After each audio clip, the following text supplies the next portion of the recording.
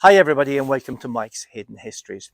I'm here in the Glen in County Wicklow, on the west of County Wicklow, in fact, in the southeast of Ireland, to tell you about this man, the story here of this man, Michael Dwyer, the master of the mountains, the Wicklow chieftain, whose story from the 1798 period really impressed me as a child. And I was born not far from here, in fact, and I was reared with all the stories about this man, Michael Dwyer. Now, he was no angel, but he was a hero to the people of his day, and he remained a hero for generations afterwards. And I want to tell you his story now in two parts. In this video, about his life here in Ireland, and then in my next TikTok video, I'll tell you about what happened to him when he moved, when he sent to Australia. Now, he was born here in Camara, in a part of the Glen here, in 1772. He was the eldest of 6 children. And in the 1790s, as he was growing up, it was a time of great unrest in Ireland. There was fearful of a big uprising by the United Irishmen. Now, this was an organization which tried to model itself on the principles of the 1789 French Revolution in Ireland, and were seeking liberty, equality, and fraternity, freedom, in fact. And Michael, through the influence of a relative, his John Dwyer, joined the United Irishmen. And the rebellion broke out in the 24th of May, 1798, in the southeast of Ireland here mainly. And it was a very, very bloody rebellion and a very difficult time. And some of my previous videos, I have talked about elements of that uprising.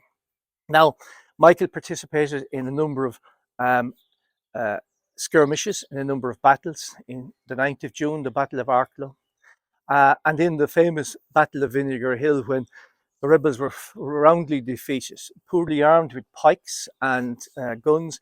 They had no chance against the British cannon. And then a rump of them, after that major defeat, under General Joseph Holt, continued to fight on. Michael Dwyer joined that group, and he was promoted to captain. And in fact, in the Battle of Hackettstown, he led the attack on the barracks in the Battle of Hackettstown. Now, eventually, the rebellion petered out. A number of people were offered conditional surrender. If they surrendered conditionally, they would be allowed to go back to their houses. That wasn't the case for many of the leaders, of course. Michael Dwyer and others refused to accept that, but himself and a body of about 30 men moved into where he knew best, the mountains of Wicklow here in Glen and Glenmalure and Ockavana and all those places. And from there, he carried out a guerrilla warfare against the Crown forces, whether they were yeomen, who were the local militia under the control of the local gentry, or the regular army. Now, in the middle of February 1799, Dwyer and his companions ended up here in this little district of Durnamuck, and they sought shelter in 3 houses. This is one of them, because the night was snowy and there was a snowstorm. And this was a safe house, and it's the house of Miley Connell, who lived here in 1798 with his family. Dwyer's other colleagues billeted in nearby houses. Now, an informer saw what was happening, went to Hackettstown to the military, and they sent out 100 men here and surrounded this and the other houses. In the other 2 houses, they surrendered, and in fact, those poor men were hanged in Baltinglass afterwards. In this house, Dwyer said, "I'll surrender if you let the people of the house go free." So Miley Connell and his wife and children were allowed out of the house. Then Dwyer said, "I am going to fight to the death." And so began the gunfight here on this location. Dwyer's 2 companions were killed during the gunfight. Himself and his friend McAllister Sam McAllister were all that remained. And through the window, when they were firing, Sam McAllister was wounded. He knew he wasn't have any chance of escape, so he said, "I will go out with my two pistols. I'll fire and draw all the fire of the soldiers on me." And that's exactly what happened. He charged out the door and was shot down immediately. Now we must remember muskets at that time could take 2 minutes to reload. Dwyer had a chance to run out and run around here and so escape. And that's probably one of the great stories that I remember as a child about the exploits of Michael Dwyer. Now, life was becoming very difficult. The military were building roads right in here from Dublin right down to the Glen, military roads. They built the 4 barracks in Glenmalure, nearby, here in the Glenavimal, in Glencree, and in Ockavana. And there were soldiers in each of those barracks. They spent an awful lot of money to get this man out of here and out of the mountains. His last probably big event was trying to support Robert Emmet, who had an uprising in Dublin in 1803. It wasn't an uprising, it was in July.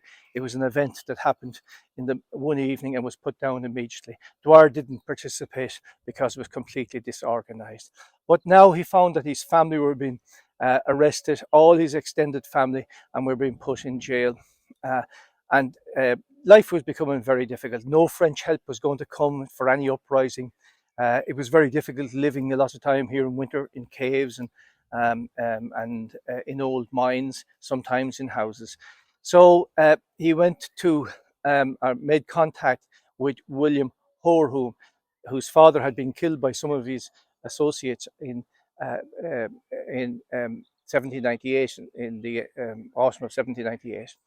And William Hume agreed with him through intermediaries that he would be sent as a free man himself, and his colleagues, his 4 colleagues, would be sent as free men to America. So he surrendered on the 14th of December, and after a few days, he was sent then with his colleagues to prison in Kilmainham Jail in Dublin. Now, the governor of the prison was not a very nice man, Dr. Edward Trevor. Uh, his nickname was the Devil's Companion. And by 1805, having spent a number of months in jail, it was decided by the authorities at the behest of Trevor that they would send him as a convict, himself and his colleagues, Dwyer and his colleagues, as a convict to Botany Bay. There was uproar over this. The MP who agreed the terms with Dwyer, William Hoare Hume, came to the rescue, and a compromise was agreed that they would go as free men to Australia, to New South Wales. So on the 31st of August 1805, Dwyer and his wife and his colleagues, Arthur Devlin, John Myrna, Hugh Vesty Byrne, Martin Burke, and their wives left Cork on the Telemetry, left never to return to Ireland on a journey to New South Wales. And after 136 days, they landed in Port Johnson.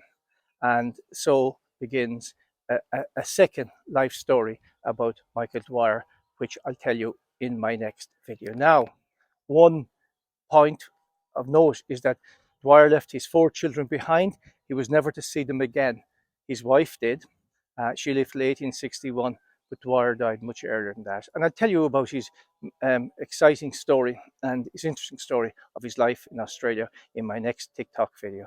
That's all from Mike's Hidden Histories. More next time.